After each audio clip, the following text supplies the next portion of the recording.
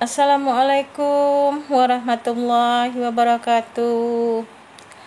Hai anak-anak ibu sekalian, apa kabarnya kalian pada pagi hari ini? Insya Allah ibu selalu berdoa agar anak-anak sekalian diberikan kesehatan dan kita semua senantiasa dalam lindungan Allah. Anak-anak ibu, sebelum pembelajaran dimulai, marilah sama-sama kita berdoa, memohon kepada Allah agar pembelajaran pada pagi hari ini diberikan kemudahan. Pembelajaran ini diberikan limpahan ilmu yang bermanfaat kepada kita. Berdoa dimulai. Selesai. Sudah dipersiapkan alat tulis menulisnya? Yuk anak-anak kita belajar. Materi pembelajaran hari ini yaitu materi pembelajaran IPS. Masih kita di kelas 7 di semester ganjil. Anak-anak ibu, kita masih di bab kedua tentang masalah interaksi sosial dan lembaga sosial. Kita masukin poin yang C ini, lembaga sosial. Ya anak-anak ya. Seperti halnya kita ketahui, di Indonesia ini terdapat beberapa jenis lembaga sosial yang memiliki peran masing-masing. Setiap lembaga sosial memiliki tugasnya dan juga aturan yang berbeda. Kemarin ibu sudah menjelaskan panjang lebar tentang masalah lembaga sosial. Sekarang kita masuki, yaitu ada 5 jenis lembaga sosial. Lembaga sosial itu terdiri dari lembaga keluarga, lembaga agama, lembaga ekonomi, lembaga pendidikan, dan juga lembaga politik. Kita lihat di sini lembaga keluarga. Poin yang pertama.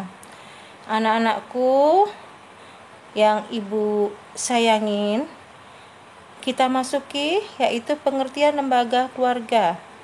Lembaga keluarga ini merupakan unit sosial yang terkecil dalam masyarakat yang terdiri dari ayah, ibu, dan juga ada anak-anaknya. Dalam suatu keluarga ini, kita diatur dengan hubungan antar anggota keluarga, sehingga setiap anggota keluarga mempunyai peran dan fungsinya masing-masing. Terbentuknya sebuah keluarga ini, ya anak-anak, berasal dari sebuah perkawinan yang sah menurut agama, adat, dan juga dari pemerintah. Kita lihat di sini ciri-ciri lembaga keluarga. Perlu diketahui bahwa yang namanya keluarga tersebut di sini harus kita ketahui. Kita lihat ciri-cirinya. Nah, ada beberapa ciri dari lembaga keluarga, antara lain sebagai berikut. Yang pertama, merupakan sebuah unit sosial yang terbentuk atas adanya hubungan darah, juga bisa ikatan perkawinan, dan juga atas dasar adopsi. Kemudian yang kedua, merupakan suatu lingkup yang terdiri dari anggota keluarga yang hidup dalam satu atap tersebut atau dalam satu rumah tangga tersebut.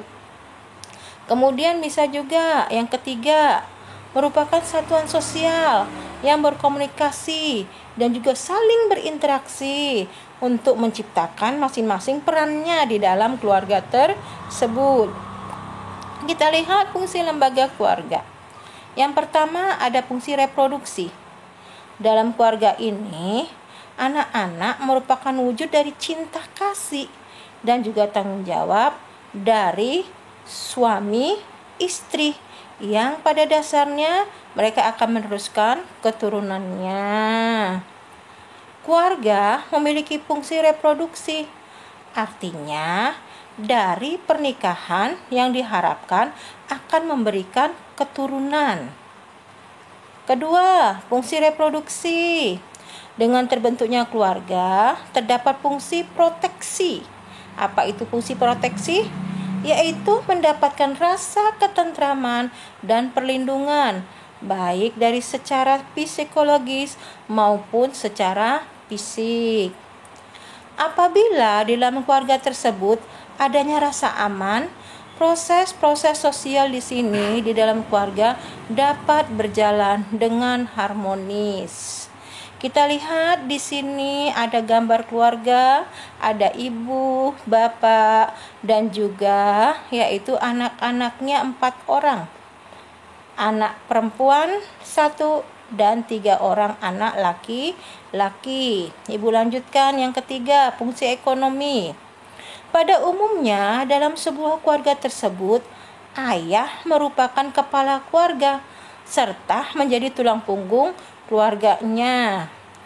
Namun, bisa juga tidak tertutup kemungkinan ibunya yang bekerja mencari nafkah untuk membantu perekonomian keluarga.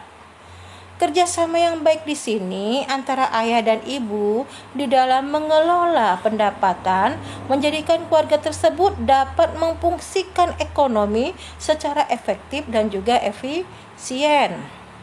Yang keempat, fungsi sosialisasi. Di dalam lingkungan keluarga, anak mulai dilatih dan diperkenalkan cara-cara hidup bersama dengan orang lain, dalam artian adanya sosialisasi. Lanjut, anak diajak memahami lingkungan yang lebih luas sehingga pada saatnya nanti seorang anak benar-benar siap untuk hidup di dalam masyarakat. Anak diperkenalkan oleh orang tuanya untuk mengenai norma-norma yang berlaku di masyarakat, seperti adanya norma agama, norma kesopanan, norma hukum, norma kesusilaan, serta nilai-nilai sosial seperti halnya nilai kemanusiaan, nilai keindahan, dan juga nilai agama. Yang kelima, anak-anak, ini ada fungsi afeksi. Apa itu fungsi afeksi? Fungsi afeksi di sini, keluarga itu diharapkan akan memberikan kehangatan, perasaan pada anggota keluarganya. Seperti contohnya ayah, dia tetap memberikan perhatiannya dan juga kasih sayangnya kepada anak-anaknya yang mungkin juga bisa mendapatkan masalah di sekolahnya. Jadi di sini ayah memegang peranan yang sangat penting. Dia selalu memperhatikan anggota keluarganya termasuk anaknya, apalagi kalau seandainya anaknya tersebut mendapatkan masalah di sekolahnya.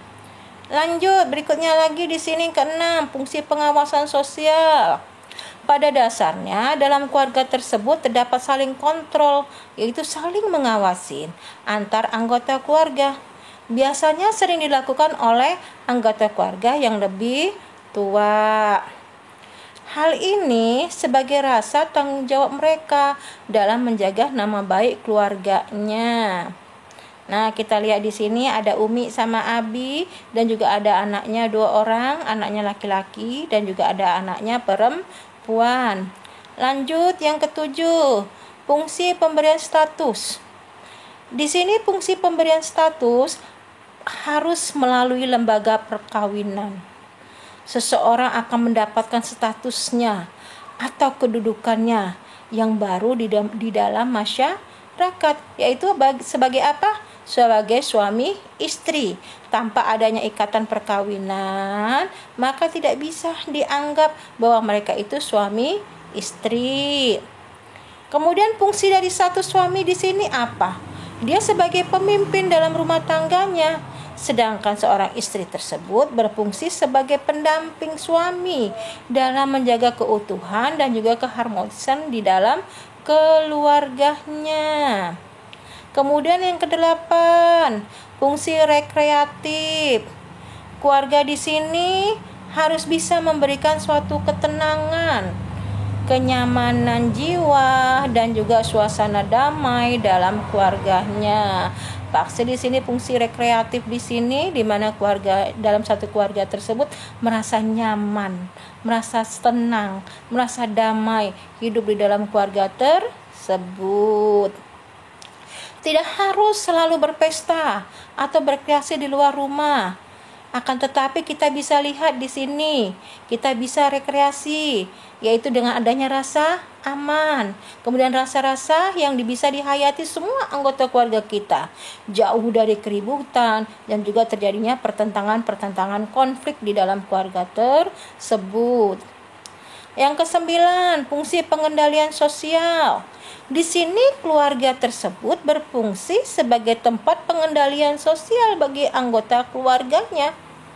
Karena kita ketahui bahwa yang namanya keluarga tersebut dia harus dapat saling mengendalikan diri satu dengan yang lainnya, sehingga pada dasarnya tidak terjadi nantinya yaitu keretakan-keretakan di dalam keluarganya. Jadi bisa saling adanya kontrol diri antara yang satu dengan yang satunya, atau semisalnya antara ayah dan juga ibunya bisa mengendalikan diri sehingga anak merasa nyaman, merasa tenang di dalam keluarga tersebut. Keluarga bisa melakukan upaya preventif atau juga bisa upaya pencegahan terhadap anggota keluarganya untuk tidak melakukan perilaku yang menyimpang dari norma-norma yang berlaku di dalam masyarakat. Banyak sekali perilaku-perilaku yang menyimpang di dalam masyarakat tersebut Nah, jadi keluarga inilah yang memegang peranan yang sangat penting sebagai benteng pertama bagi kekuatan di dalam keluarga tersebut, yaitu mencegah anggota keluarganya untuk tidak melakukan hal-hal yang menyimpang atau melakukan hal-hal yang di luar daripada batas-batas norma-norma yang berlaku. Di sini kita bisa lihat anggota keluarga, mereka merasa aman, mereka merasa tenang, dan juga mereka merasa nyaman. Tujuan lembaga keluarga, didirikannya suatu lembaga keluarga di sini pasti ada tujuannya. Apa? Kita di sini bisa melihat dari tujuan lembaga keluarga di sini. Yuk, kita lihat di sini. Apa sih sebenarnya tujuan lembaga keluarga ini? Yang pertama, bertujuan untuk mendirikan syariat Allah dalam segala suatu permasalahan yang ada di dalam rumah tangga. Kemudian yang kedua, bertujuan untuk apa? Untuk mewujudkan sebuah ketentraman dan juga ketenangan, baik itu ketenangan psikologis yang ada di dalam keluarga tersebut.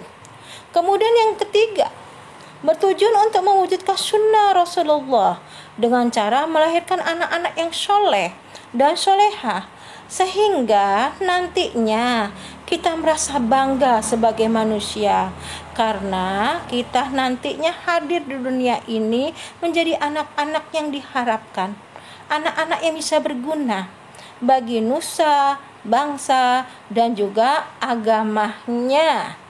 Ya anak-anak, berikutnya lagi yang keempat, bertujuan untuk memenuhi suatu kebutuhan cinta kasih kepada anak-anaknya. Nah, kemudian juga yang kelima, bertujuan untuk menjaga fitrah anak supaya anak tidak melakukan sebuah penyimpangan.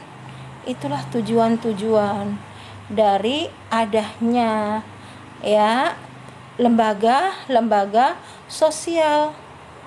Baiklah anak-anak, materi kita pada pagi hari ini Ibu akhiri. Nanti kita bisa bertemu kembali dalam materi selanjutnya. Tetap jaga kesehatan tak bosan-bosannya. Ibu berharap seperti itu. Kita harus menjaga kesehatan karena kesehatan itu sangat mahal harganya. Capailah yaitu prestasi yang terbaik dalam kehidupan kita. Jadilah anak yang soleh, jadilah anak yang soleha, dan jadilah anak yang berguna bagi nusa dan bangsa. Ibu akhiri, wabillahi taufiq wal hidayah. Wassalamualaikum warahmatullahi wabarakatuh.